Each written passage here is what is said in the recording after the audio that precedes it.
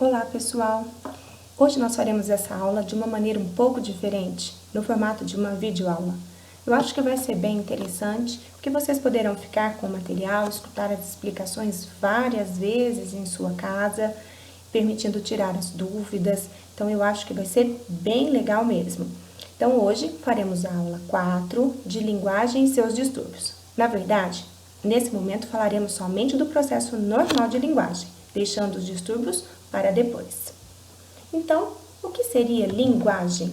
Linguagem nada mais é do que a atribuição de significado a símbolos na nossa mente ou a objetos no nosso ambiente.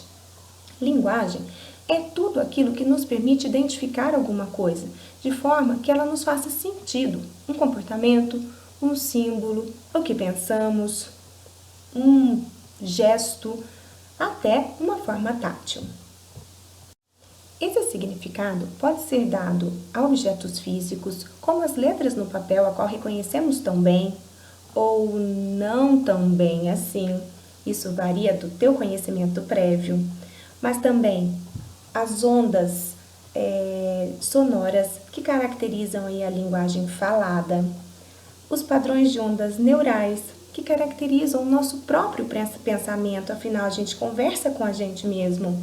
Mas também temos os padrões gestuais, como usados na Libras, os padrões táteis, usados pelos deficientes visuais ao interpretar o Braille, e os padrões comportamentais tão importantes para vocês, psicólogos, que vão aprendendo ao longo do tempo a interpretar o comportamento das pessoas, de forma que muitas vezes podem reconhecer que falamos alguma coisa pelos nossos padrões de linguagem falada, mas expressamos outra pelos padrões comportamentais. Principalmente quando falamos da linguagem baseada aí na interpretação de objetos físicos, como as letras no papel, portanto a escrita e a leitura, dois padrões se tornam importantes na sua composição, o padrão fonético e o padrão lexical. Vamos vê-los um pouquinho mais detalhados. O padrão fonético é aquele onde a gente reconhece e pronuncia as letras separadamente, formando sílabas e aí sim formando as palavras. Este padrão é um padrão muito importante na aquisição do processo de linguagem escrita e de leitura, tá? Então vamos ver um pouquinho como é que isso acontece e os problemas que isso traz durante esse processo de aquisição. Minha filha está com 5 anos e aprendendo a ler. Quando ela tem que escrever, e a ler é escrever, né? Quando ela tem que escrever o nominho dela completo, aparece o meu sobrenome, Vasconcelos. Ela vai muito bem até o Vasco. No M ou N, ela às vezes já se complica. Mas o pior acontece nos celos. Por quê? Porque ela fala Vas com, aí tudo bem. Sé. Ela diz SE, mamãe. Eu digo, filha, o som está certo. O som está certo. Porém, os celos da mamãe é com C. E aí ela coloca. Mas a primeira tendência dela é sempre usar um S pelo som. Quando ela vai ler, uma outra coisa acontece. Por exemplo, ao ler a palavra casa, o que ela faz? C-A, S-A, sa, caça. Mas ela diz, tá errado, mamãe. Não é caça, é casa. E ela já me perguntou um dia, isso não tem que ser com Z? Eu falo, poderia, filha, mas é com S. E nesse caso, o S tem o som do Z. Uma outra coisa que a gente fala bastante, muito. Escreve muito, mas o sonoro dele é muito. Você precisa conhecer para que não cometa um erro. Esse conhecimento ao qual eu me refiro é o padrão lexical da linguagem. Vamos conhecê-lo. Neste padrão lexical, dispensamos a leitura de letra a letra, sílabas a sílabas. Aquele conjunto de letras é como se fosse aquele desenho, já nos tem significado. C-A-S-A junto naquele formato me diz casa, eu já tenho a imagem mental do que é aquilo. Então, eu aprendi acerca do que é o significado daquela representação escrita, dispensando agora que eu faça a leitura fonética dela. Sim? Então, no padrão lexical, nós temos essas informações armazenadas sobre a palavra sendo usadas para o reconhecimento das mesmas, portanto, são palavras familiares. Podemos até mesmo não observar erros na sua redação. Leia esta frase. Vou dar um tempinho para que vocês possam tentar lê-la. Veja que há um tanto de problemas de redação, né? As letras estão bagunçadas, mas mesmo assim o nosso cérebro é capaz de entender exatamente o que está aí. Por quê? Porque o desenho desta palavra me é familiar, né? Então vamos lá? De acordo com uma pesquisa de uma universidade inglesa, não importa em qual ordem as letras de uma palavra estão, a única coisa importante é que a primeira e a última letra estejam no lugar certo. O resto pode ser uma bagunça total que você ainda pode ler sem problema. Isto é porque não lemos cada letra isolada, mas a palavra como um todo. Show de bola! Veja que a gente não tem problemas na interpretação disso. E esse outro? Vamos ver um próximo. Aqui existem números no meio do texto. Isso é uma grande bagunça. Se eu estivesse adotando um padrão fonético, eu jamais conseguiria ler isso letra a letra e formar sílabas. Mas nós já conhecemos as palavras e os números estão muito próximos do formato das letras que eles estão substituindo. Vamos ler? Este pequeno texto serve apenas para mostrar como nossa cabeça consegue fazer coisas impressionantes. Repare nisso. No começo estava meio complicado, mas nesta linha sua mente vai decifrando o código quase automaticamente, sem precisar pensar muito, certo? Pode ficar bem orgulhoso disso. Sua capacidade merece. Parabéns! Então veja, eu costumo falar, gente, tem número aqui no meio, como é possível que nós reconheçamos essas palavras? Isso é padrão lexical. Assim, o padrão de linguagem, né, nos permite acionar aí mecanismos neurais para que aprendamos a nos comunicar de diversas maneiras diferentes. E falando da função cerebral, né, responsável pela linguagem, não podemos deixar de citar Alexander Luria, um importante personagem, não só na origem da nossa neuropsicologia, mas também no estudo do processo de linguagem. Ele determinou aí uma teoria, né, dos locus funcionais, né, que dizia que as funções corticais superiores eram determinadas por sistemas funcionais complexos localizados dinamicamente, ou seja, várias regiões interconectadas faziam com que as funções neurais fossem possíveis. E que, dentro desses sistemas, o hemisfério esquerdo, em especial para a linguagem, era um hemisfério predominante. Então, vamos conhecer um pouco sobre esse processo de linguagem do hemisfério esquerdo. Nesse sistema neural de linguagem, há duas áreas importantes. Uma delas é a área de Wernicke, localizada anatomicamente no giro supramarginal e angular do hemisfério esquerdo, no lóbulo parietal inferior. Essa área de Wernicke é a área sensitiva da linguagem, é a área responsável pela compreensão da linguagem em qualquer uma das suas formas, falada, escrita, gestual, comportamental. Nesta área de Wernicke, é possível que eu compreenda o que foi dito. Por exemplo, vamos usar como exemplo aí a linguagem falada. Quando eu falo com você, eu estou aqui falando com você neste momento, você me escuta na área auditiva primária. Lembrem-se dessa sequência. Depois, você consegue interpretar que é alguém falando e que esse alguém sou eu na área auditiva secundária, mas até aí você ainda não tem noção do que eu disse a você. Somente quando essa informação é repassada para a área de Wernicke é que o padrão sonoro que chegou até você é interpretado como linguagem. E aí você vai poder ter a percepção do que foi dito.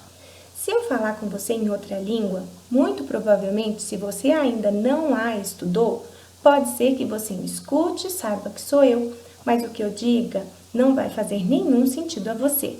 Por exemplo, j'aime manger de la viande, ou seja, eu falei em francês. Se você não tem domínio desta língua, o seu Wernicke não tem a capacidade de interpretar este padrão de linguagem específico. A segunda região importante no processo de linguagem é a área de Broca, localizada no giro frontal inferior, no lobo frontal, no hemisfério esquerdo. A área de Broca é dito como a área da palavra falada. Então, é aqui que nós planejamos os padrões de linguagem que serão executados. Então, veja, na área de Wernicke você compreende. Na área de Broca, você planeja a linguagem que será falada.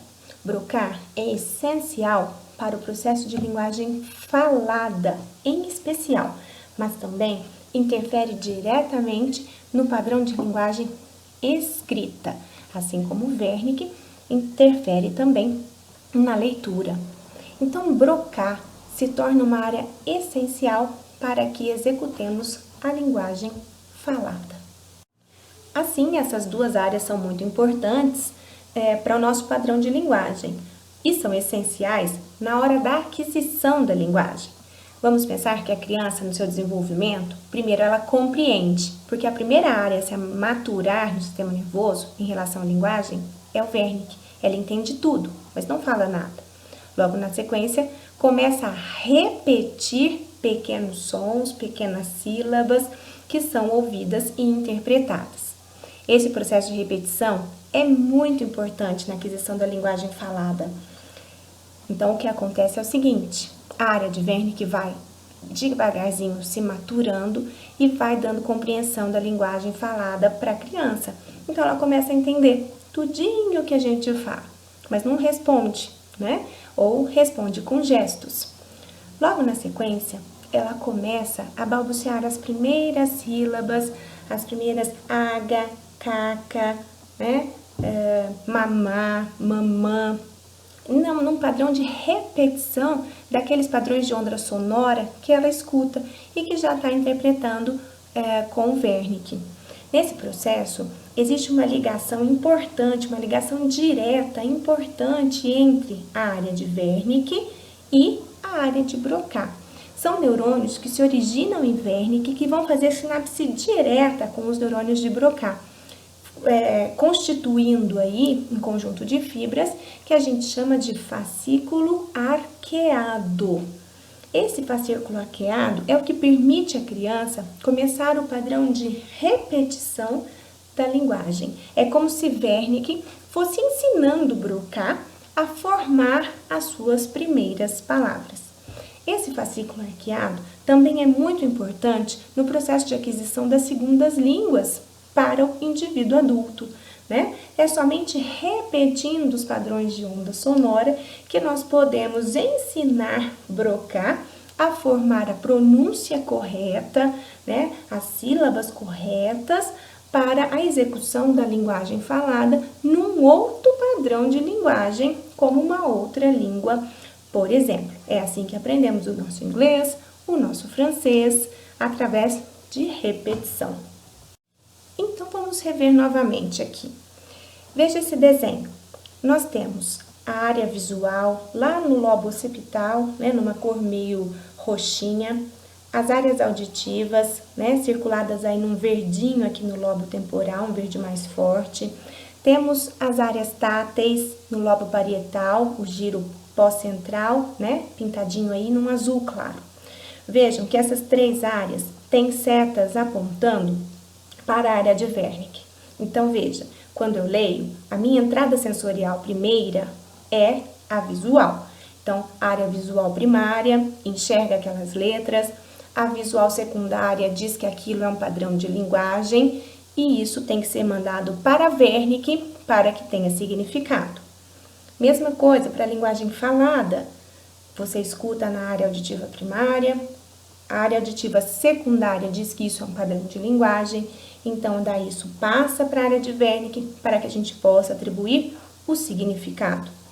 A mesma coisa para o córtex sensitivo, para a área somestésica, quando um deficiente visual, por exemplo, né, usa o tato para fazer a leitura do braille, aquele padrão tátil o tato é interpretado na área somestésica primária, depois isso é repassado para a secundária, então ele interpreta ali a textura daquilo, e lá se diz, isso é um padrão de linguagem que você conhece, manda para Wernicke, e Wernicke vai interpretar aquele padrão tátil de linguagem, ok? Então, a partir de Wernicke, né, interpretando independente da entrada sensorial primária aí que você tem, se você está lendo, escutando ou usando uma informação tátil, né, Wernicke vai repassar isso para outras regiões, para regiões de cunho cognitivo, né, como a área pré-frontal, por exemplo, onde você vai raciocinar acerca dessas informações que você recebeu, né, usando aí das suas informações de memória, das suas experiências prévias, para elaborar a melhor resposta possível. A partir daí, isso tudo converge. Vocês podem ver que eu já tenho a seta direta de Wernicke indo em direção à área de Broca, né? Que está aí no lobo frontal pintado em roxinho. Então, você tem todas essas informações convergindo para Broca. E Broca agora pega isso tudo e fala, então tá bom, a resposta vai ser essa, então eu vou elaborar o padrão de linguagem para que esta informação possa ser executada, ok? Broca, para fazer isso, tem que enviar esse padrão, esse planejamento, na verdade, Broca é considerado um grande planejador, né, da linguagem falada, então ele pega esse padrão de planejamento que ele elaborou e repassa para a área motora que está aí colocada em rosinha no lobo frontal. Essa área motora primária, ela está localizada no giro pré-central do lobo frontal e é dela que se originam as vias motoras descendentes, que estão representadas aqui nesse desenho em cor de rosa. Então, nessa área motora primária estão os corpos celulares, cujos axônios descendem pelo neuroeixo, indo em direção aos dois centros de saída de informações, o tronco encefálico e a medula espinal, como a gente já discutiu e estudou várias vezes lá na neurociências. No caso da linguagem falada, que é a que a gente está usando mais como exemplo, esses neurônios vão fazer sinapse no tronco encefálico com aqueles neurônios que têm funções motoras somáticas, responsáveis, portanto, pelos movimentos dos músculos da face, da articulação temporomandibular, da língua, e que propiciam, então, os movimentos necessários para a execução da linguagem. Também, eles podem descender até a medula espinal, fazendo sinapses com os neurônios motores da coluna anterior e gerando ali padrões de movimentos, caracterizando a linguagem gestual, a linguagem comportamental, por exemplo. Assim, como eu disse, é através desses padrões de ativação neural, principalmente vinculados ao hemisfério esquerdo, que possibilita que nos comuniquemos via escrita, através da leitura, da escrita, através dos padrões orais, na linguagem falada, no padrão comportamental, num padrão gestual, ok? Então, nós podemos notar que essa linguagem, ela passa por algumas fases no seu processo. No primeiro momento, nós temos o processamento central, né, do padrão de linguagem, primeiro na área de Wernicke, né, fazendo a recepção e a interpretação desta linguagem, né?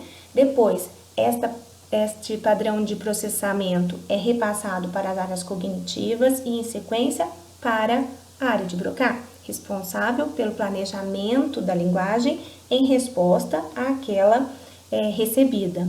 Depois disso, isso é passado para a área motora, para que a gente elabore o movimento necessário para que a linguagem planejada possa ser efetivada e essa ordem motora é enviada pelas vias motoras descendentes a partir da área motora primária para que possa ser executada. Essa execução, falando em especial da linguagem falada, depende de duas coisas. A primeira, da fonação, né? Que é a execução da ordem motora relacionada à geração do som.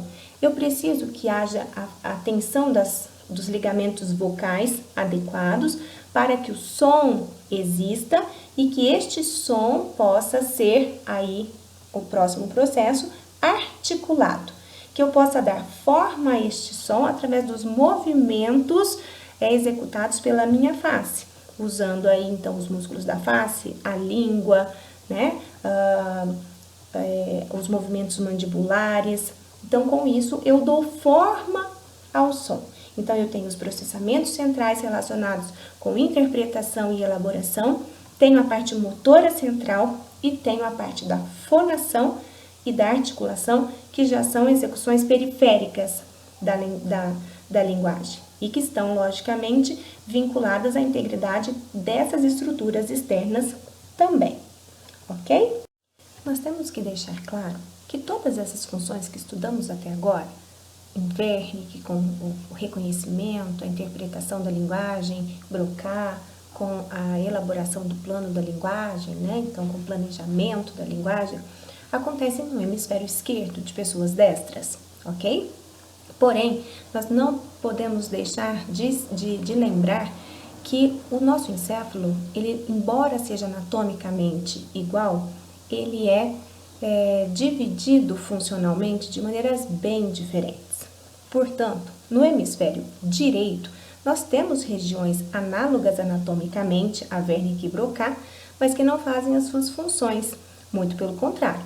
Ainda que estejam vinculadas com linguagem, vão estar sendo responsáveis pela parte emocional da linguagem, portanto, pela execução e pela interpretação da entonação da linguagem. Então, nós temos sim o giro frontal inferior do lado direito, né?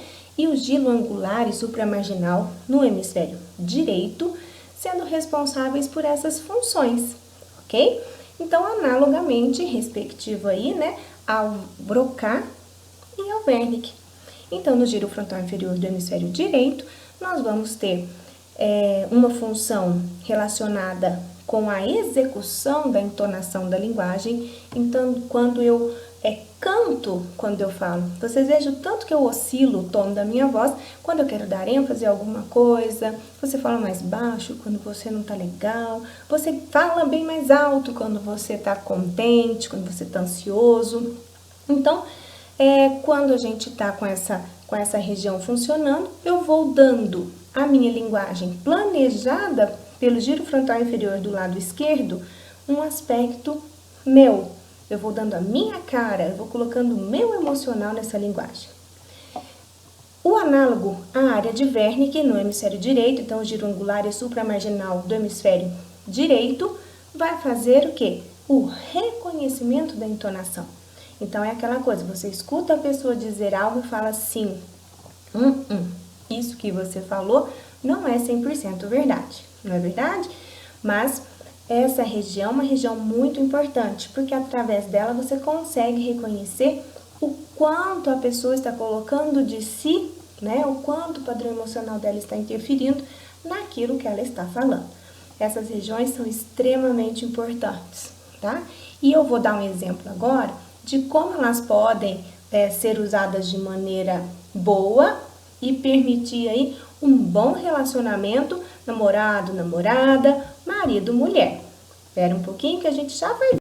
Bem, há uma lenda que diz que o cérebro do homem funciona diferente do cérebro da mulher. Será que é uma lenda mesmo? Não, não é. Na verdade, o homem utiliza realmente a estrutura cerebral um pouco diferente da mulher. A mulher tem uma facilidade maior para as funções localizadas no hemisfério direito, funções mais emocionais, mais abstratas, enquanto o homem usa muito mais o hemisfério esquerdo, um hemisfério com funções um pouco mais executivas, mais cálculos, orientação temporoespacial. No que diz respeito na linguagem, em usando o hemisfério direito um pouco mais, as mulheres têm uma facilidade muito maior para falar em entrelinhas ou para interpretar entrelinhas. Mulheres costumam dizer coisas esperando que o outro entenda que não é bem exatamente aquilo que a gente estava querendo dizer. Certo ou errado, meninas? Você sempre espera que o outro entenda o que você está pensando, mesmo que você não diga aquilo claramente. É uma característica da mulher. E também entendemos essas entrelinhas muito bem. Vamos dar um exemplo prático na relação namorado-namorada, marido-mulher. 1 ano de namoro, você se veste como nunca, esperando ir a um belo restaurante, num jantar romântico, né? Digno desse 1 ano de alegria que você e o seu gatinho estão tendo juntos aí. Então você tá lá, toda linda, esperando ele chegar. Quando de repente ele chega e diga assim: "Ô, vamos lá no bar do Dutch? O pessoal tá lá." Você fala: "Meu Deus, gastei um dinheirão no salão." E diz assim: "Ah, tá bom." E aí você vai. Só que ao chegar lá, você fica assim, ó, com essa cara emburrada a noite inteira. E ele pergunta: "O que aconteceu? Por que você tá com essa cara?" E você diz: "Eu não queria ter vindo aqui." E ele, com as 2 mãos na cabeça, diz: "Mas eu te perguntei e você disse que tudo bem." E você fala: "Mas eu não queria. Eu perguntei." E você disse: "Ah, tudo bem." Mas no fundo, o que você estava querendo dizer para ele? "Ah, tudo bem nada. Você não tá vendo que eu tô linda, chique, fiz chapinha, tô maravilhosa? E você quer me levar no bar do Dude comer churrasquinho de rua? Não é possível." Bem, então entendam, meninas, os homens não usam o hemisfério direito como nós. Portanto, eles têm uma menor capacidade de entender nas entrelinhas e de falar nas entrelinhas. Portanto, sejam diretas, né? Quando querem falar ao sim ou não, olhem nos olhos e digam exatamente o que vocês querem dizer, que todos esses problemas vão acabar. Porém, meninos, vocês podem tentar entender um pouco melhor as nossas entrelinhas. Afinal de contas, um pode melhorar um lado e o outro pode melhorar o outro. Meninas podem ser mais diretas, levando em consideração a deficiência do hemisfério direito desses meninos. Porém, meninos, toda habilidade funcional é treinável. Portanto, vamos tentar escutar um pouco melhor as entrelinhas, ok? Bem, então, é com isso, com todas essas funções, que nós podemos nos comunicar, pessoal. É com esses padrões de linguagem que podemos nos comunicar de forma falada, que nos fazemos entender e que entendemos o outro, né? São através desses padrões que podemos entender e também nos portar, né? De forma ao outro poder nos entender. E além disso, podemos exercer aí a nossa função de interagir de uma maneira global, né, com o ambiente que nos cerca. Eu espero que essa aula tenha sido proveitosa e que vocês possam fazer uso dela muito bem para estudar os mecanismos de linguagem.